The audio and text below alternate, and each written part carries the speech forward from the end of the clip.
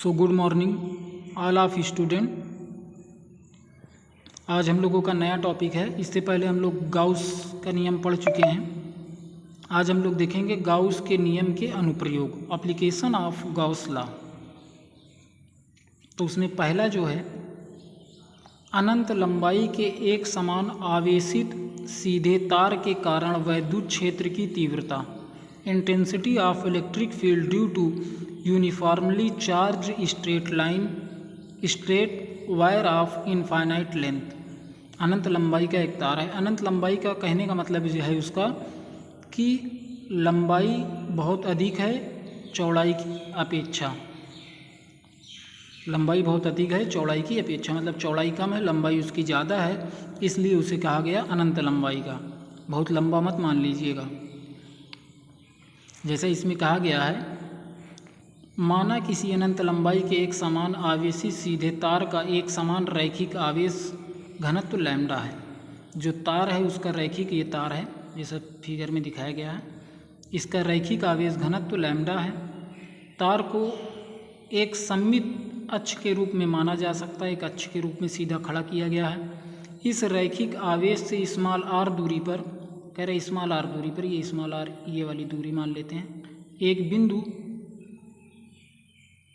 P पर वैद्युत क्षेत्र की तीव्रता ज्ञात करनी है।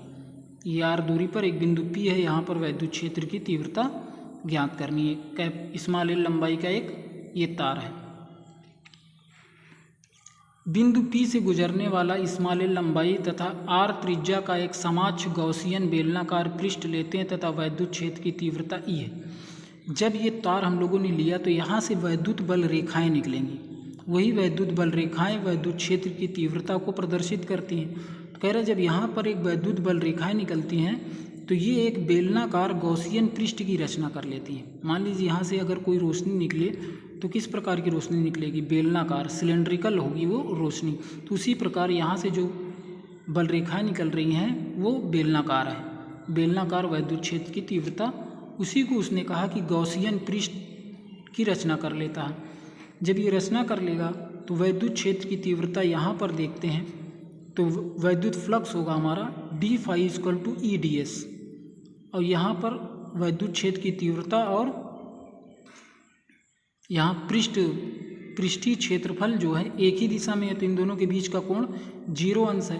तो cos 0 की वैल्यू ये इतनी हो गई, तो D phi equal to E D S हो गया।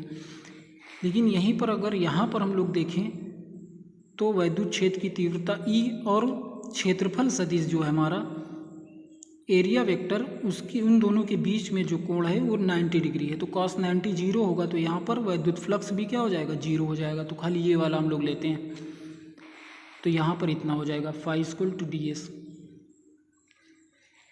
इसके बाद यदि हम देखें, अतः संपूर्ण पृष्ठ से गुजरने वाला वैद्युत फ्लक्स, संपूर्ण पृष्ठ से, ये तो इस छोटे से पार्ट से जो है इतना वैद्युत फ्लक्स गुजरा।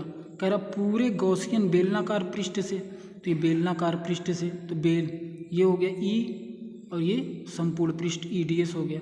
ई डी एस इसका मतलब हुआ संपूर्ण, जो जिस तरह का फिगर है, तो फिगर हमारा बेलनाकार है तो उसकी क्षेत्रफल, तो ये उसका क्षेत्रफल होगा 2 पाई आर एल। तो हमारा फाई इक्वल टू हो गया E 2 पाई आर एल।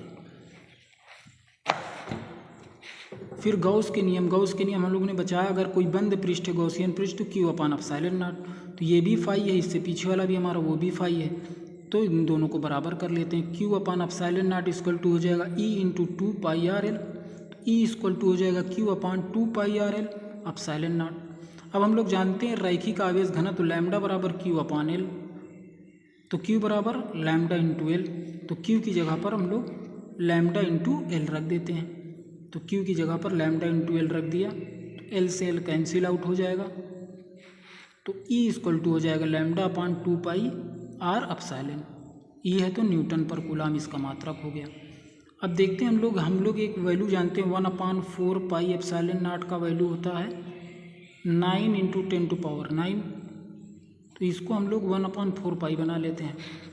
तो यह इसके अंश में भी और हर में भी 2 का गुणा कर दे देंगे, तो ये हो जाएगा 2 4 pi epsilon naught into R. तो इसको इस तरह लिख सकते हैं 1 upon 4 pi epsilon naught 2 lambda upon R. तो ये हमारा आज का हो गया पहला। तो हम लोगों को सबसे पहले समझना है यहाँ पर कि जो अनंत लंबाई का तार है वो किस प्रकार का गॉसियन पृष्ठ की रचना करता है। तो जो तार है अनंत लंबाई का तार वो बेलनाकार गॉसियन पृष्ठ की रचना करता है। सबसे इम्पोर्टेंट चीज़ इसमें यही है। अगर ये आता है तो ये डेरिवेशन आपके लिए बहुत आसान हो जाएगा। तो इसको अपनी नोट्स में लिख लीजिए। धन्यवाद।